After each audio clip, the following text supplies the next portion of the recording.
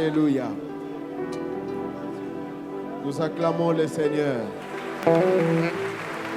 Gloire à Jésus, gloire à Jésus.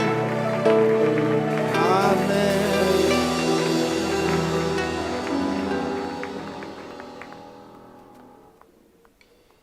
Gloire à Jésus-Christ. Nous vous saluons tous au nom du Seigneur Jésus. Est-ce que vous êtes là ce matin? Est-ce que quelqu'un est là pour Jésus? Si vous êtes là pour Jésus, adorez le Seigneur par les acclamations. Alléluia. Jésus est le roi. Il est le roi de gloire. Sans plus tarder, nous prenons nos Bibles. Nous les ouvrons dans le livre d'Apocalypse au chapitre 3. Nous allons lire quelques versets partant du verset 7. La Bible dit « Écrit à l'ange de l'église de Philadelphie. Voici ce que dit le Saint, le véritable, celui qui a la clé de David. Celui qui ouvre, personne ne fermera. Celui qui ferme, personne n'ouvrira. Je connais tes œuvres. Voici parce que tu as peu de puissance et que tu as gardé ma parole et que tu n'as pas renié mon nom. J'ai mis devant toi une porte ouverte que personne ne peut fermer. Voici, je te donne de ceux de la synagogue de Satan qui se disent juifs, qui ne le sont pas, mais qui mentent. Voici, je le ferai venir se prosterner à tes pieds et connaître que je t'ai aimé. Parce que tu as gardé la parole de la persévérance en moi, je te garderai aussi à l'heure de la tentation qui va venir sur le monde entier pour éprouver les habitants de la terre. Je viens bientôt. Retiens ce que tu as afin que personne ne prenne ta couronne. Le verset 12e, la Bible dit, « C'est lui qui vaincra, je ferai de lui une colonne dans le temple de mon Dieu et il n'en sortira plus. J'écrirai sur lui les noms de mon Dieu et les noms de la ville de mon Dieu, de la nouvelle Jérusalem qui descend du ciel auprès de mon Dieu et à mon nom nouveau. » Le verset 21, la Bible dit, « C'est lui qui vaincra, je le ferai asseoir avec moi sur mon trône, comme moi j'ai vaincu et me suis assis avec mon Père sur son trône. » Seigneur, nous voulons te rendre gloire et grâce ce matin. Loin de nous la prétention d'être un spécialiste manipulant les Écritures à sa guise et parler à ton peuple comme si c'était un savant. Mais je prie, Seigneur, que je disparaisse, que tu atteignes tes buts par nous, comme tu l'as choisi, Seigneur, ce matin. Par ces simples instruments, donne gloire en ton nom. Bénis-nous, Seigneur. J'ai besoin de t'écouter aussi, de manière distincte, comme attendrait mon frère et ma sœur de t'écouter ce matin. Nous prions que par ton esprit, tu montes sur nous et que tu atteignes tes buts. Fais-le, Seigneur, au nom de ton Fils Jésus. Nous avons ainsi prié avec action de grâce. Nous disons Amen. Amen. Nous voulons ce matin nous entretenir autour de ce thème, le royaume et sa victoire sur la terre. Quelqu'un certainement s'est dit, royaume encore, pasteur? Royaume, royaume, royaume. On parle toujours royaume, on continue à parler royaume. Le royaume et sa victoire sur la terre, oui. Parce que même le Seigneur lui-même, quand il est venu, tout son message était centré sur le royaume. Et il a recommandé aux disciples d'aller parler, d'aller prêcher. Il dit, allez prêcher la bonne nouvelle du royaume. Bien aimé, si le thème vous effraie, c'est parce que simplement, nous avons peut-être en nous ces sentiments de peur qui se dresse à travers l'inconnu qui est dans notre esprit et surtout lorsqu'il est annoncé, un thème comme celui-là. Mais laissez-moi vous dire que nous devons quitter les habitudes pour aller vers une nouvelle perspective avec le Seigneur. Nous pouvons lire les thèmes, mais au-delà de ces thèmes, Dieu a une pensée pour chacun de nous ce matin. Le but pour nous, lorsque nous venons devant le Seigneur, qu'en repartant de cet endroit, nous y allons avec une pensée du Seigneur, une pensée du Maître pour notre vie. C'est ça qui est très important et que chacun de nous doit devoir connaître. Là où nous avons lu, la Bible dit un verset qui revient de manière assez récurrente, si vous voulez une phrase, « C'est lui qui vaincra ». Et à d'autres endroits, il est écrit « À celui qui vaincra ». Ici, c'est Jean qui est en train d'écrire. Il a écrit alors qu'il était en île de Patmos. La Bible dit « La voix de l'Éternel se fit entendre par derrière et lui a parlé sur le 3 temps. Il lui dit « Ce que tu as vu, ce qui est et ce qui viendra ».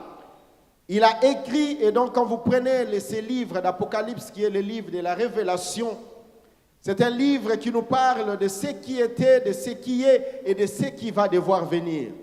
Et comme nous le savons, bien-aimés, nous avons dit royaume et sa victoire sur la terre.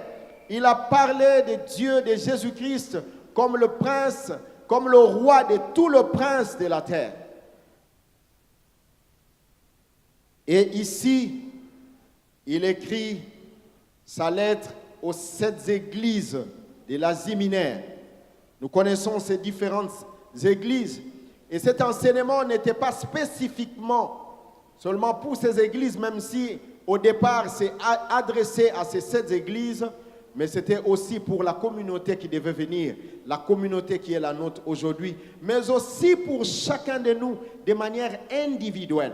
Voilà pourquoi lorsque nous lisons ces Écritures, chacun peut tirer des leçons qui lui sont propres, qui vont devoir l'aider spécifiquement dans sa marche avec le Seigneur.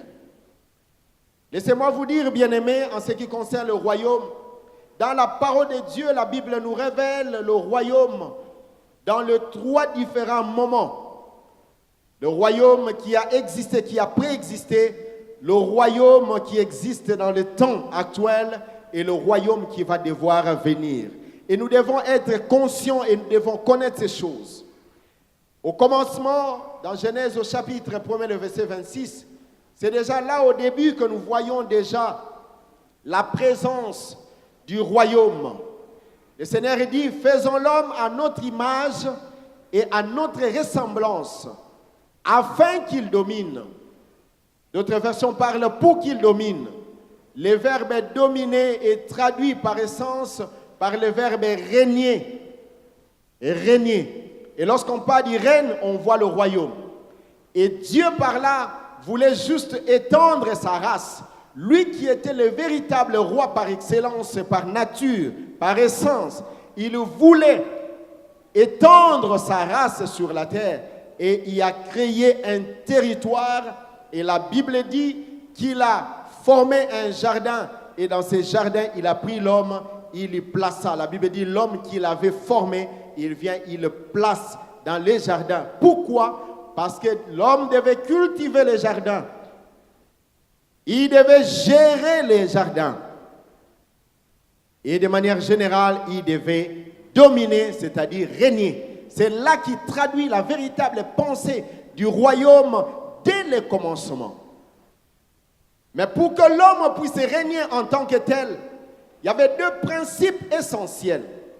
Les 2 principes essentiels, le tout premier, c'est le principe d'existence à l'image et à la ressemblance de Dieu.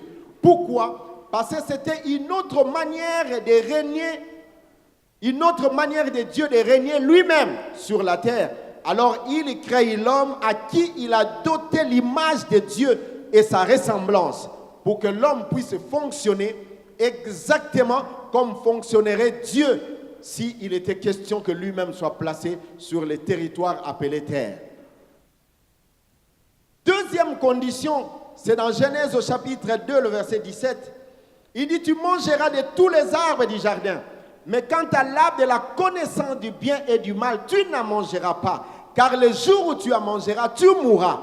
Il lui donne par là le principe de sa vie. Comment devait-il vivre? Même s'il devait être créé à l'image et à la ressemblance de Dieu, mais il devait vivre en observant la parole, le précepte, le principe établi par Dieu. Et lorsque l'homme, nous connaissons, a péché, il a perdu cette position. Et la Bible dit dans Romains 3, le verset 23, « Car tous ont péché, sont privés de la gloire de Dieu. » C'est-à-dire, il ne partage plus, il a perdu la position de l'image et de la ressemblance. Parce que Dieu étant parfait, l'homme a péché, il a perdu cette image de la divinité. Et le mal est rentré dans le monde et l'homme est devenu déchu. Et voilà pourquoi, à cet instant, le diable va devoir se prévaloir de la position de la conduite de la terre. Et même Jésus ne lui a pas refusé cela. Dans Jean 14, verset 30, il dit, le prince de ce monde vient, il n'a rien à moi. Au-delà de tout, apôtre Paul dit, si notre évangile est voilé, il est voilé pour ceux dont le Dieu de ce siècle a aveuglé l'intelligence. Il y a un Dieu de ce siècle, le diable. Et il a dit à Jésus, voici tout le royaume de la terre m'ont été donné, prosterne-toi et m'adore. Bien-aimé, il a pris la conduite. Voilà pourquoi il était impossible à l'homme naturel de pouvoir vivre sur cette terre et de vivre dans la victoire et de dominer et de régner sur la terre et d'assujettir toutes choses. C'était devenu impossible. Dieu dans son amour, dans Genèse 3, le verset 15, sans plus tarder, il va révéler la solution. Attention, la solution de Dieu à cette question ne se crée pas lorsque l'homme pêche, mais ça existait avant la fondation du monde. Et dans 1 Pierre 1, 18, la Bible dit, ce n'est pas par des choses périssables, l'or et l'argent que vous avez été rachetés de votre vaine manière de vivre que vous avez hérité de vos pères, mais par le sang de l'agneau sans tache qui a été immolé avant la fondation du monde.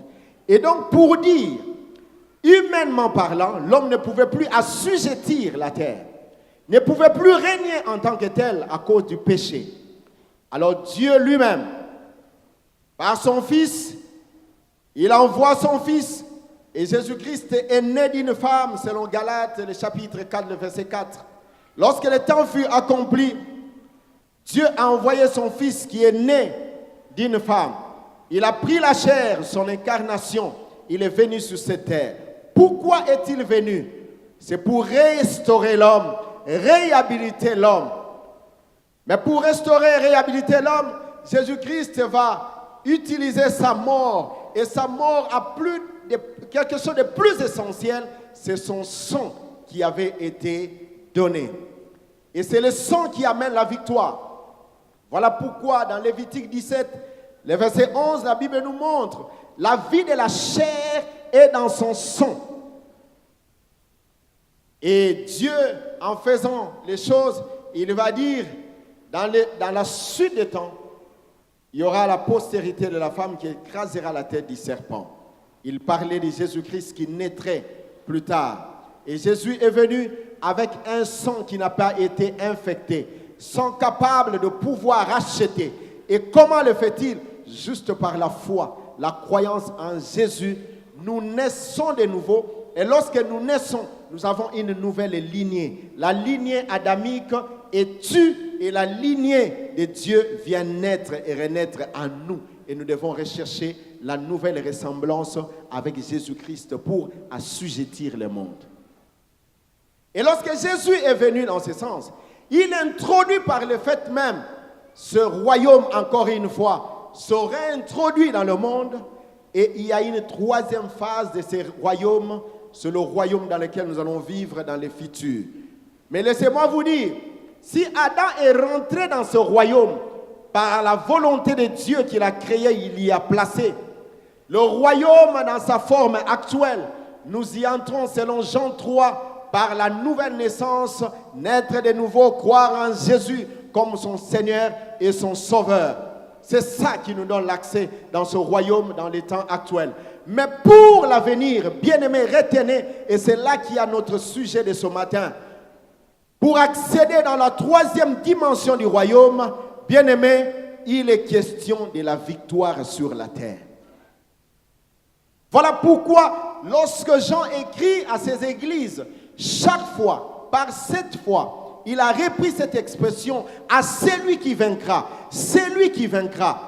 Et cette victoire dont parle la Bible ici, il s'agit de la victoire sur la terre.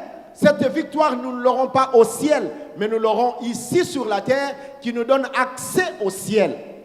Et plusieurs, malheureusement, bien-aimés, ont abandonné cette conception, cette manière de voir les choses pour dire nous attendons le ciel.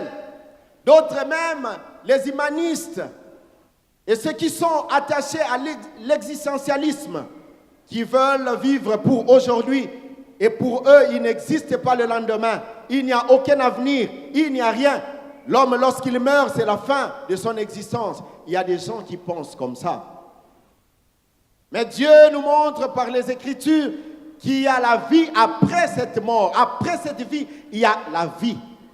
Mais seulement, selon Daniel 12, il dit plusieurs de ceux qui dorment dans la poussière se réveilleront les uns pour la ruine éternelle, d'autres pour la vie éternelle. Ça, c'est la félicité éternelle, le ciel dont on nous a parlé ici toute la semaine passée. Un message puissant. Bien-aimé, la seule manière pour un homme de pouvoir accéder à cela, il doit vaincre sur cette terre. La victoire sur cette terre. À celui qui vaincra. Et chaque fois que cette expression est citée, vous allez lire partant de l'Apocalypse chapitre 2 et suivant, vous allez voir chaque fois que cette expression est citée, il y a toujours une promesse qui est attachée à cela. Je lui donnerai accès à l'arbre de vie. Je lui donnerai un nom nouveau. Je lui donnerai un caillou blanc sur lequel est écrit un nom nouveau. Je lui donnerai. Et tout ça, c'est des choses que nous aurons. Je lui donnerai une couronne. Il sera une colonne dans la maison, dans les temples de mon Dieu. Toutes ces choses ont pour soubassement le fondement. D'abord, la victoire sur cette terre. Et la victoire sur cette terre, bien aimé, ce matin, nous pouvons la circonscrire autour de trois choses. Premièrement, c'est la victoire sur le péché. Vivons sur la terre, mais être sûr qu'on a vaincu le péché. Car la Bible dit dans 1 Jean, au chapitre 5, que nous allons lire, 1 Jean chapitre 5, pour nous circonscrire, nous donner l'idée. Au verset 4, il dit, parce que tout ce qui est né de Dieu triomphe du monde. Et la victoire qui triomphe du monde, c'est notre foi. Qui est celui qui a triomphé du monde, sinon celui qui croit que Jésus est le Fils de Dieu. Et celui qui croit que Jésus est le Fils de Dieu, la Bible dit, il ne pêche plus. Il ne pêche plus. Il ne commet plus et il ne pratique plus le péché. Il n'a pas de péché en lui. Et ça, nous devons le savoir. En tant qu'enfants de Dieu, nous devons vivre et prendre les dessus sur le péché. Bien-aimés, plusieurs attendent le ciel, mais malheureusement, sont dans la pratique du péché, entretenant le péché jour après jour, vivant dans la planification du péché, se vautrant dans n'importe quoi, dans le péché. Nous devons, bien-aimés, si nous voulons avoir l'accès à la félicité éternelle, avoir la victoire et la victoire sur le péché. Et ne jamais pratiquer le péché comme le cas pour d'aucuns qui vivent pleinement dans cela, qui le planifient. Et il y a quelque chose que je voudrais lire avec nous. C'est très effrayant. J'ai du mal souvent lorsque j'ai lu cela de discerner, de comprendre. Dans Hébreux, le chapitre 10, le verset 26, écoutez ce que la Bible dit. Car si nous péchons volontairement, après avoir reçu la connaissance de la vérité, il ne reste plus de sacrifice pour le péché, mais une attente terrible du jugement et l'ardeur d'un feu qui dévorera le rebelle. Bien-aimé, il n'est pas possible que celui qui a reçu Jésus dans sa vie, qui marche avec lui, continue à pratiquer le péché. Et la Bible dit, une telle personne, parce que lorsqu'il quitte la présence de Dieu, il est difficile pour une telle personne de revenir encore pour le salut, parce qu'il n'y a pas deux fois le sacrifice pour le péché. Quand vous revenez, parce qu'il est possible que quelqu'un perde sa foi et devienne un païen, lorsque vous devenez païen, bien-aimé, Il n'y a pas de sacrifice à faire pour le péché, car Jésus-Christ a fait le sacrifice pour une seule fois. Si vous avez cru en Jésus, vous devez vous maintenir dans la victoire sur le péché. Deuxième victoire que l'homme peut avoir sur cette terre, c'est la victoire quant à l'accomplissement de la mission ou de la destinée. Bien-aimé, l'accomplissement de la mission ou de la destinée sur la terre, il y a beaucoup de gens qui sont là, vivant derrière les autres, dans les cafouillages, ne sachant pas exactement pourquoi sont-ils sur la terre. Bien-aimé, ceci met sur la table la question fondamentale du but de l'existence. Pourquoi existez-vous? Pourquoi existons-nous sur cette terre? Si Jésus-Christ est venu dans notre vie, il nous a rachetés, il pouvait bien nous prendre avec lui directement. Pourquoi nous a-t-il laissés sur cette terre? Il y a un but, il y a une mission, il y a une raison fondamentale pour laquelle, les buts pour lesquels vous devez vivre et vous devez en être conscient. Il y a beaucoup de gens malheureusement qui sortent de ce monde sans avoir rien accompli. Exactement comme un téléphone qu'on avait fabriqué depuis son existence jusqu'au jour où la série est passée, il n'a jamais été utilisé. Et celui qui l'a fabriqué peut dire que cela a échoué. La victoire, bien-aimé, c'est aussi dans ces domaines-là de la destinée. Apôtre Paul dit dans Romains 8, à partir du verset 29, « Car ceux qu'il a connus d'avance, il les a prédestinés à être semblables à l'image de son Fils, afin que son Fils fût le premier, né entre plusieurs frères. Et ceux qu'il a prédestinés, il les a aussi appelés. Et ceux qu'il a appelés, il les a aussi justifiés. Ceux qu'il a justifiés, il les a aussi glorifiés. » Voici le parcours qui conduit à la victoire. Voici le chemin du victorieux et du vainqueur. Le chemin qui amène vers la glorification. Le chemin qui amène vers l'accomplissement. Il y dit en premier, car tout ce qu'il a connu d'avance. Bien-aimés, êtes-vous connus de Dieu? Ce matin, si vous êtes là, bien-aimés, pour aller à la glorification, les choses ne commencent pas par la fin, ils commencent d'abord par le début. Et le début, c'est d'être connu de Dieu et connaître Dieu.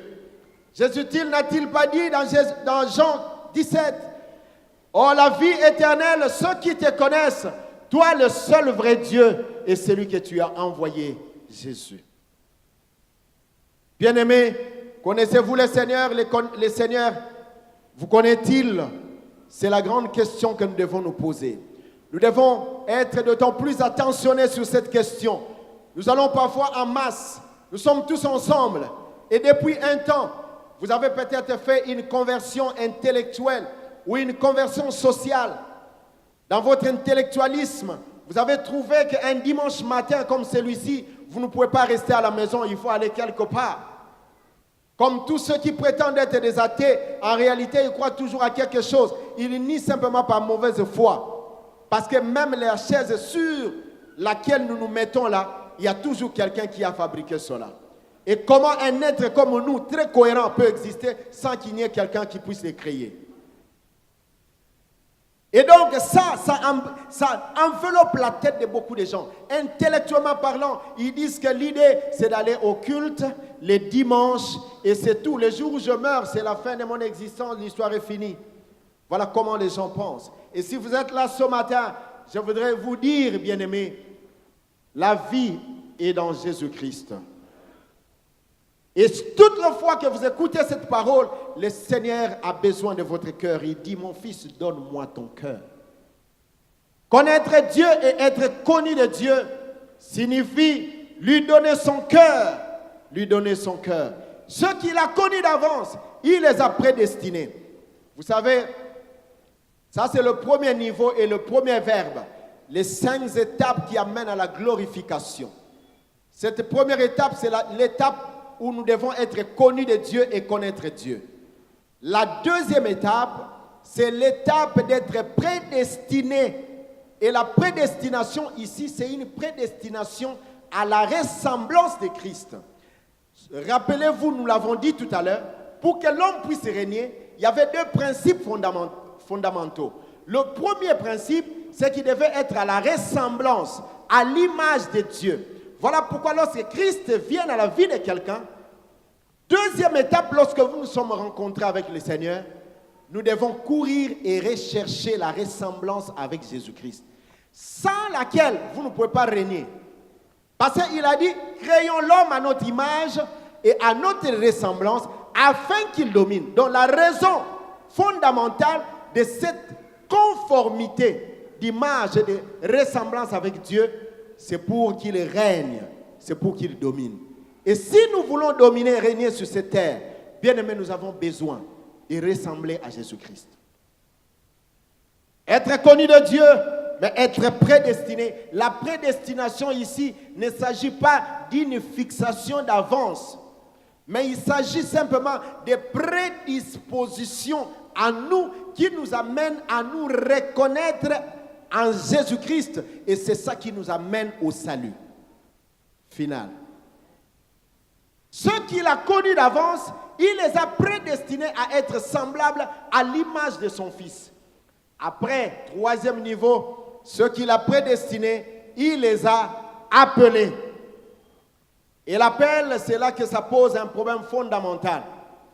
Bien aimé, ici, il s'agit de la reconnaissance individuelle de ce que le Seigneur a placé dans l'homme, ce qui vous donne de la valeur, ce à quoi Dieu vous a appelé, l'orientation de votre vie par rapport au monde dans lequel nous vivons. Nous ne pouvons pas, frères, rester ici comme c'était le cas dans les années 80 et 70, où les gens ont entendu la parole de Dieu. Ils ont dit, nous ne ferons plus rien, nous attendons le ciel. Avez-vous jamais entendu cela? Où les gens ont abandonné les études, les gens ont abandonné le travail qu'ils faisaient. Ils disent, nous ne faisons plus rien. Retenez en rappel le royaume au commencement, le royaume maintenant, mais aussi le royaume à venir. Et maintenant, nous devons régner. Et pour régner, Dieu a choisi des faits pour manifester sa gloire à travers notre vie, notamment la reconnaissance de ce à quoi Dieu nous a appelés. Bien-aimés, il y en a qui ont abandonné. Moi, je ne fais plus la médecine, j'ai arrêté. Bien-aimés, ça, ce sont des outils, des moyens que Dieu a placés à notre disposition pour que nous puissions manifester la gloire du royaume ici sur la terre. Et si vous ne le faites pas, bien-aimés, vous n'avez pas vaincu, vous n'avez pas assez de niveau à la victoire. Et il y a de fortes chances que le Seigneur dise qu'il ne vous a jamais connu. Parce qu'il nous a dotés des capacités. Il nous a doté de l'intelligence, des talents. Ce n'est pas en vain. Je vais parler en RDC au Congo. Nous sommes un pays rempli de potentialités en termes de richesses et de ressources. Sont les sous-sols. Le Seigneur a placé ces choses pour un but. Et il les a placés sur la terre, il ne les a pas mis au ciel, il les a placés ici. Il y a des pays qui sont tout juste à côté, qui n'en ont pas. Cela devait nous amener à la conscience. Et nous devons arrêter tout genre de disputes, de querelles et de choses qui nous divisent. Nous devons tourner notre attention sur la pensée de Dieu autour des choses qu'il a mises sur notre sol et pouvoir les utiliser. Le pasteur parlait le vendredi ici, il dit, allez étudier. Allons étudier, apprenons comment ces choses se font. Comment on étudie pour pouvoir découvrir les choses qui sont sous le sol. Bien-aimés, ces choses nous passent comme ça. Combien de jeunes avons-nous aujourd'hui, juste le temps de se lever, de trouver un petit boulot pour qu'ils se marient, ils soient dans la famille, ils commencent à compter à la fois pour que le lendemain, lorsqu'ils trouvent un petit truc, ils se tapent un petit 4x4 ou juste un petit... J'ai oublié comment on appelle ce véhicule, petit véhicule là. Voilà, catch. Juste ça, pour marquer dans son esprit et selon lui de l'équilibre. J'ai un job, j'ai un chez moi, j'ai une femme, j'ai 2, 3 petits-enfants, j'ai aussi une petite voiture. Et ça fait du bien. Ce n'est pas dans cela qu'on peut voir la gloire de Dieu. La gloire de Dieu se verra lorsque vous serez en train d'accomplir ce pourquoi Dieu vous a voulu en existence. Bien-aimé, vous pouvez manquer ces choses, mais vous êtes pertinent. Il y a certaines personnes, on le prend comme ça, comme Daniel. Il était dans un pays étranger. Bien-aimé, avez-vous déjà vu? Ça, c'est ce que Dieu est capable de faire. À travers un don, Dieu peut vous rendre quelqu'un de très important dans la société. Un roi va dormir et oublier son songe. Même la demande elle-même pose problème. Parce que jamais, même moi, je peux me lever et dire à quelqu'un, même à mon épouse qui est à mes côtés, lui dire, rappelle-moi le songe que j'ai vu. C'est absurde. Mais le roi va se lever pour chercher à tuer même les gens à cause de cela. Parce que les gens ne trouvent pas. Est-ce que Balala qui n'a eu Sikamoko? Est-ce que Bazaï n'a Katamutu n'a eu? Il va tuer même les gens.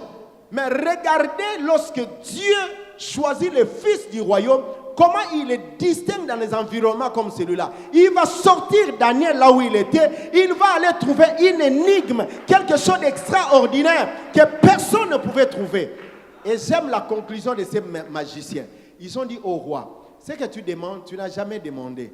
De toutes les façons, il n'y a sur cette terre aucune personne qui soit capable de pouvoir répondre à cela. Si ce n'est les dieux dont la demeure ne se trouve pas parmi. Et ça, on voit Daniel maintenant venir donner ça. Ça veut dire qu'en lui, il y avait une image. Il y avait l'image du Dieu vivant. Il y avait l'image du Dieu vivant. Parce que la conclusion, c'était aucun être humain ne pouvait être capable de pouvoir répondre. Maintenant, le roi voit Daniel venir.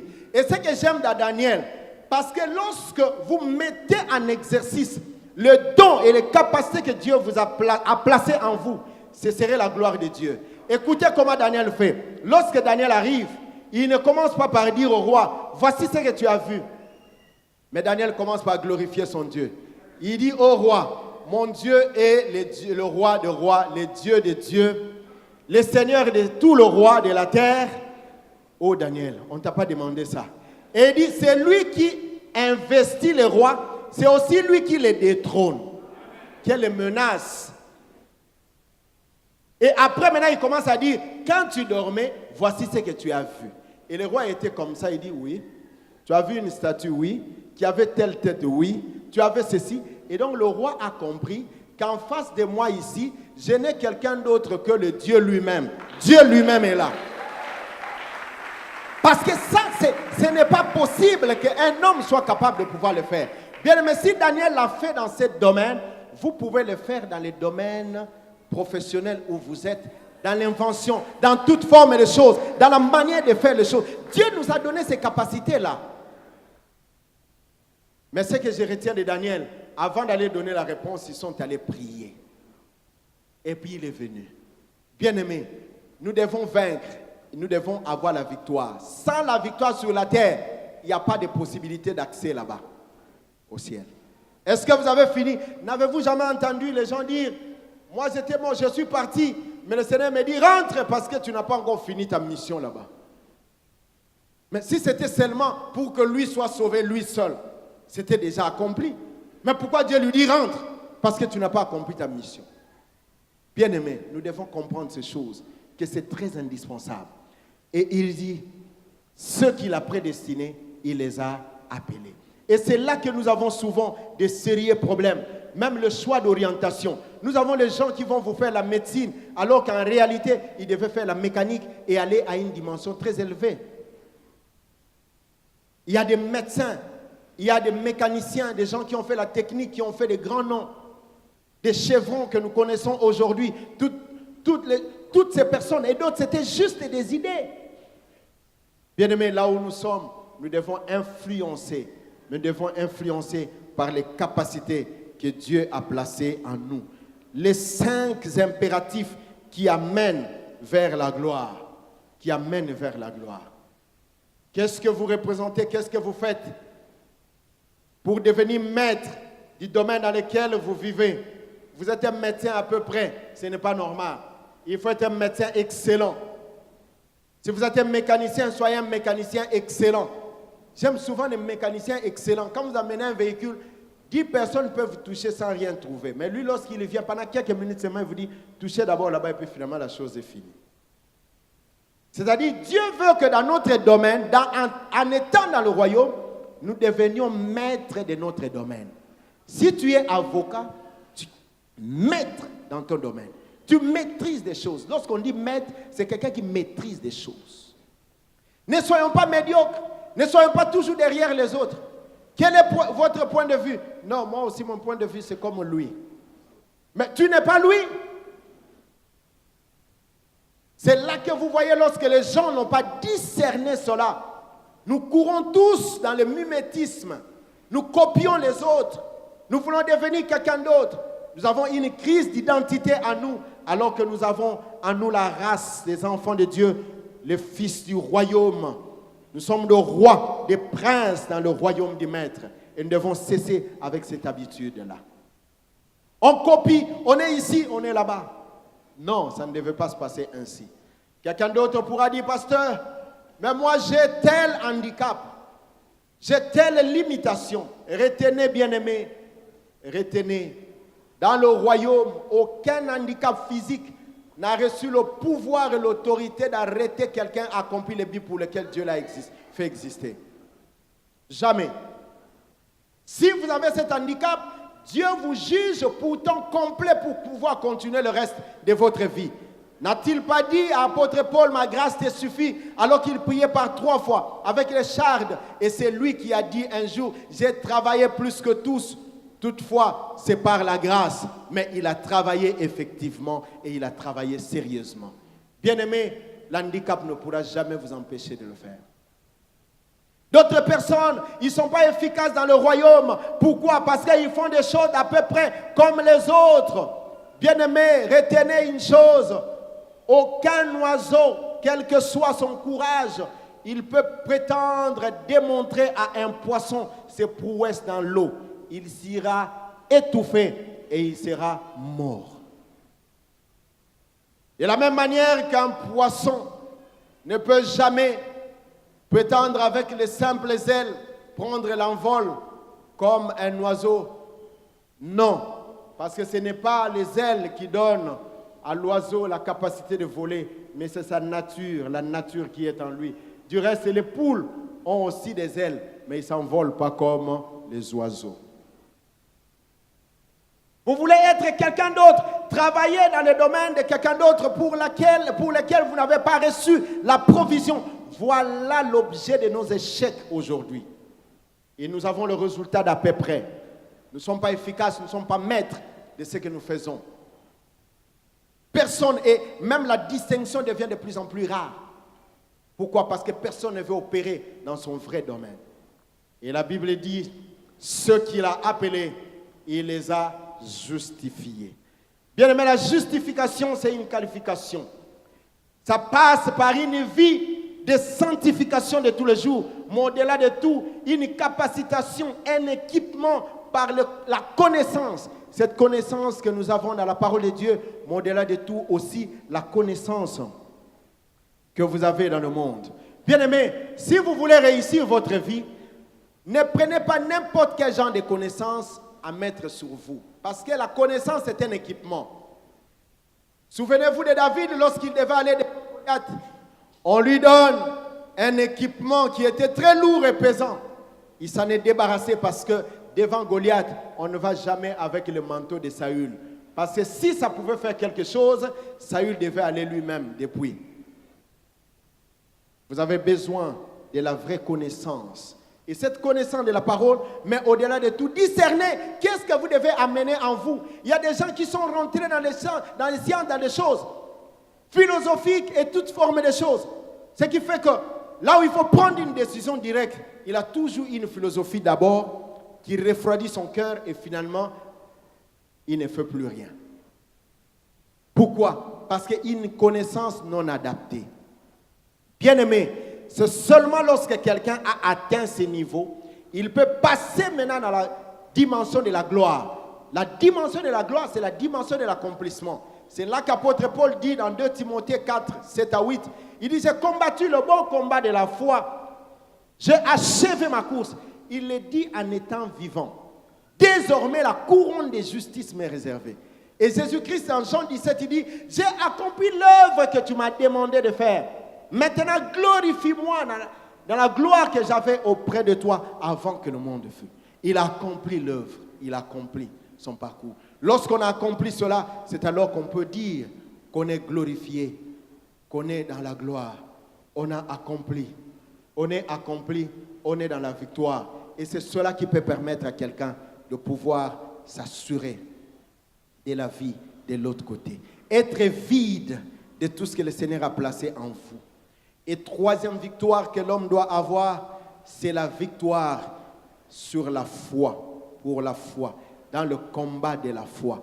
Bien aimé, le combat de la foi. Aujourd'hui, il y a beaucoup de pesanteurs, beaucoup de doctrines. Beaucoup de doctrines. Quand vous lisez la parole de Dieu, vous allez voir, par exemple, dans 2 Timothée 2, le verset 18, on parle d'Hyménée et de Philette qui sont venus avec des enseignements sur la résurrection, disant que la résurrection a déjà eu lieu. Ça veut dire que l'enlèvement a déjà eu lieu. Aujourd'hui, nous avons aussi ce genre d'enseignements. Les gens qui donnent les enseignements par-ci, qui donnent les enseignements par-là. Et le but de cela, c'est quoi? C'est de nous distraire, que nous puissions perdre la foi. Et lorsque nous perdons la foi, tout est fini, nous n'avons pas accès. Combien de fois n'avons-nous pas entendu le frère dire, maintenant j'ai appris, pasteur, j'ai découvert la vérité. Non, pasteur, nous sommes dans l'erreur. Les autres là-bas, ils sont dans la vérité. Les frères et les bien-aimés sont partis. D'autres sont partis. Aujourd'hui, c'est la catastrophe dans leur vie. Ils ont abandonné la foi. Nous l'avons lu dans Hébreux 10, 26. Lorsqu'une personne qui était sur la voie droite s'écartait de cela, il est totalement difficile pour lui de pouvoir se remettre. Parce qu'il n'y aura pas 2 fois le sacrifice pour le péché. Et nous devons faire beaucoup attention. Peut-être vous avez cédé à une pratique, vous avez cédé à quelque chose. Et lorsque je parle de la victoire de la foi, il s'agit de la victoire dans le domaine de la persévérance. Persévérons. La Bible ne dit-elle pas dans Matthieu 24, le verset 13, « Celui qui persévérera jusqu'à la fin sera sauvé. » Peut-être que vous êtes tombé quelque part. Vous avez lâché. Le péché a pris place dans votre vie. Votre cœur est tourné vers le mal. Vous vous y êtes installé. Il y a certaines personnes qui ont commencé par fauter un tout petit peu. Mais aujourd'hui, c'est installé. Un frère connu, très engagé dans le Seigneur. À un moment, on a appris tomber avec telle femme. Mais aujourd'hui, ce n'est plus tomber, c'est même dormir dedans. Parce que la femme est déjà installée. Et on lui donne un deuxième nom pour pouvoir calmer sa conscience. Il est deuxième femme. Non.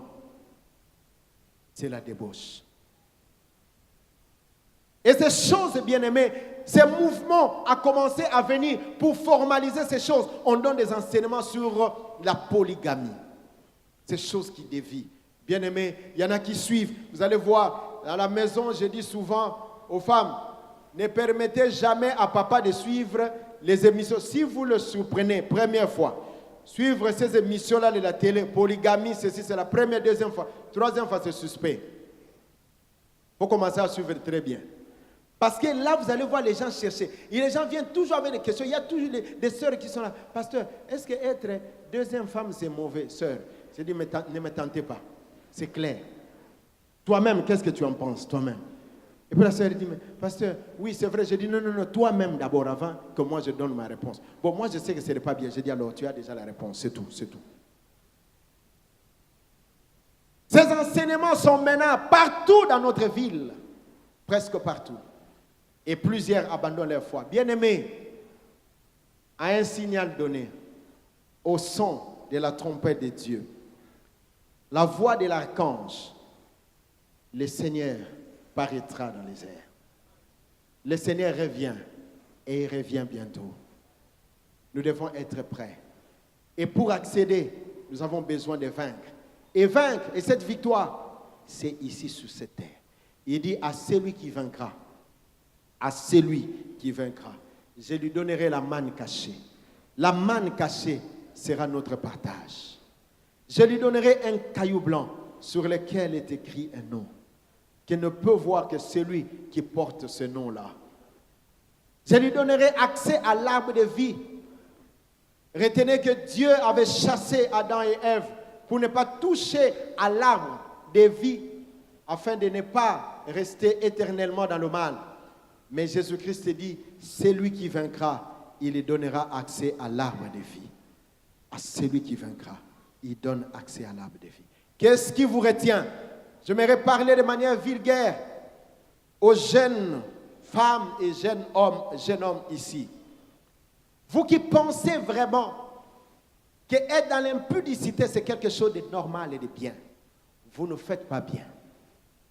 Dans le péché, il y a comme un goût du miel, mais il y a la mort dedans. Et à plus d'une fois, ça a été symbolisé par la lèpre. Vous savez, la lèpre, c'est une maladie indolore. Il ne fait pas de douleur, mais il ronge à petit feu et il vous détruit. Bien-aimés, faites beaucoup attention. Vous qui croyez aujourd'hui remplacer le fondement que Dieu a posé par rapport à vos pratiques, laissez ces choses. Y a-t-il encore à 20 ans, à 21 ans, à 25 ans, des jeunes sœurs et jeunes frères ici qui n'aient pas connu d'homme, qui soient capables de pouvoir se maintenir, qui croient que le Seigneur est pour nous et que si le Seigneur est pour nous, parce que nous lui avons donné notre cœur, nous avons l'assurance que si aujourd'hui ne me donne pas le mariage, mais au moins j'ai l'assurance d'être avec lui un jour. Et du reste, même si je dois attendre cela, je ne peux pas me pervertir, je ne peux pas me laisser faire. Je parle à toutes ces personnes qui ont bâti leur vie sur la corruption, la tricherie, manque d'intégrité au milieu professionnel. L'argent qui mange, qui fait manger la maison et sort de cette impureté. Bien-aimés, je ne vous condamne pas. Je suis en train simplement de vous rappeler que le Seigneur revient et il revient bientôt. Je suis simplement en train de nous rappeler, en tant que citoyens du royaume, nous avons des valeurs à défendre. Nous devons influencer et les gens doivent trouver ces modèles en nous. Là où nous travaillons, là où nous sommes à l'institut, à l'école, combien de gens ont-ils reçu le Seigneur? Parce qu'en venant vers vous, ils vous ont sollicité, ils ont trouvé de la résistance. Et dire que cette femme, cette fille connaît véritablement le Seigneur. N'avons-nous pas évangélisé les gens négativement à travers notre corps, à travers notre accoutrement? Évangéliser négativement. Plusieurs l'ont fait. Séduit, de la même manière que les gens sont capables d'être séduits par votre corps et par votre accoutrement, ils pourraient être aussi influencés par vos paroles et par vos bons gestes et vos bonnes œuvres. Et faisons beaucoup attention dans notre marche de tous les jours. Si ce matin, vous êtes en cet endroit, prenez la résolution, bien-aimés, de pouvoir abandonner ces choses. Je voudrais, bien-aimés, que nous puissions prier. Je nous supplie que nous puissions prier le Seigneur. Peut-être que vous êtes pris dans quelque chose. Ma prière, ce n'est pas ici de montrer qui sont purs, qui ne le sont pas. La Bible dit du reste, il n'y a pas de juste, pas un seul. Nous allons prier le Seigneur, mais nous serons peut-être à genoux. Et celui qui a besoin, qui trouve dans son cœur la nécessité, le besoin de s'avancer ici, il peut s'avancer. Dire, Seigneur, j'ai besoin de toi. Dans tous les 3 domaines que nous avons cités en cet endroit. Peut-être que vous n'êtes pas en train de manifester votre race là où vous êtes, à travers le potentiel que Dieu a placé en vous. Peut-être qu'il s'agit d'une vie qui n'honore pas le Seigneur, des choses qui doivent tomber. Là où la source d'où on tire des téléphones, la source dont on tire l'argent, la source dont on tire toute forme de choses. Des pratiques compliquées, toute forme de choses. Le Seigneur veut que ces choses tombent. Je dirais, il faut abandonner ces choses. Et une jeune fille dira, pasteur va abandonner kaka. On doit abandonner ces choses. On doit lâcher ces choses. Un jeune garçon dit, va abandonner kaka ce matin. Si vous êtes là, à celui qui vaincra, êtes-vous sûr que vous êtes en train de vaincre ou c'est le mal qui a commencé à vous vaincre? Nous baissons nos têtes dans la prière. Alléluia. Jésus-Christ a-t-il trouvé la place?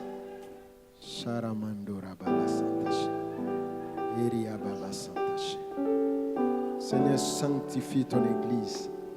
Sanctifie ton peuple. Que personne ne reste assis, s'il vous plaît. Si vous n'êtes pas debout, vous êtes à genoux. Nous prions le Seigneur. Nous voulons prendre quelques minutes seulement dans la prière. Parlons au Seigneur, soyons sérieux. Que personne ne ferme sa bouche, s'il vous plaît. Le message a été annoncé clairement, que chacun parle.